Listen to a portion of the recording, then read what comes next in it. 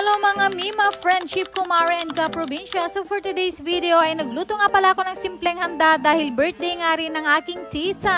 Ay ewan ko ba sa pamilya namin, napakagaling gumawa dahil marami nga silang may kaarawan ng August. Kung natatandaan nyo nga mga ka-probinsya, ay kailan nga lang din ako nagluto diba ng sopas at saka ng banana cake dahil nga doon ay birthday nga ng kapatid ko at saka nung isa ko pang tita. Ngayon yung tita ko ulit. Sa susunod naman yung pamangkin ko, uy kulang pa. Sa true lang mga ka-probinsya, itong aking tita na may kaarawan ngayon ay ayaw nga din yung naghahanda. Pero syempre, ipapilit ko, ganyan. Pero syempre, nilutuhan ko pa rin siya dyan ng kutsinta dahil sabi ko, ay ano lang ba naman itong magagawa ko ngayon para sa'yo kumpara naman sa nabibigay mong sakripisyo. Eh, grabe, nakakaiyak. Masipag din po kasi talaga yung tita ko na yan dahil nga po siya yung kasama ko sa mga gawaing bahay tsaka sa mga gawaing pang business. Tsaka sakto na nga lang din mga kaprobinsya dahil meron nga akong cassava flour na nakalkal nung nagkalkal ako ng gamit ko dito sa kusina. Kako, hindi pa naman siguro expire to. Kaya naman, sinabi ko na lang sa sarili ko na pwede pa naman siguro to. Kako, pag hindi na kami nakahinga at natigok na nga kami, ibig sabihin, expire na eh. Ito, nakapag voice over pa naman ako. Charot! At saka mga kaprobinsya, nung araw kasi na nagpapa-order pa ako ng mga merienda, ganyan. Ito nga yung isa sa mga bestseller ko. Tsaka paborito din to ng lola ko. Yes, paborito niya. Gustong-gusto ng inang ko yung pagkamakunat na gawa ko dahil nga syempre wala siyang ipin. Uy, grabe, huwag niyo parinig to. Baka mapalayas ako. At habang nagluluto ako dyan ng kutsinta, mga kaprobinsya, yung tita ko na may birthday, tsaka yung pinsan ko naman ay nagre-repack ng cheese para sa aming business. Kaya naman kako, after nila dyan, ay tulungan nila ako mag-prepare ng pangpansit. Noong nakaraan nga na nag-birthday nga yung kapatid ko tsaka yung isa kong tita, hindi nga po ako nakapagluto ng pansit. Gawa ng syempre may sopas na eh. Ngayon, inasar ko yung aking tita. Sabi ko, hindi nga siya pwedeng walang pampahaba ng buhay dahil mas marami nga siyang strawberry ending. Imbis na ako nga magluluto ng pansit ay wala nga silang tiwala sa luto ko. Uy, grabe naman. Kaya naman siya na rin yung nagluto dahil the best po talaga yung tita ko na yan sa pagluluto ng pansit. Promises. So, ayan lamang po for today's video mga kaprobinsya. Agyaman sa palaging panonood. Mag-iingat po tayong lahat and please don't forget to like, share, and follow. Babush!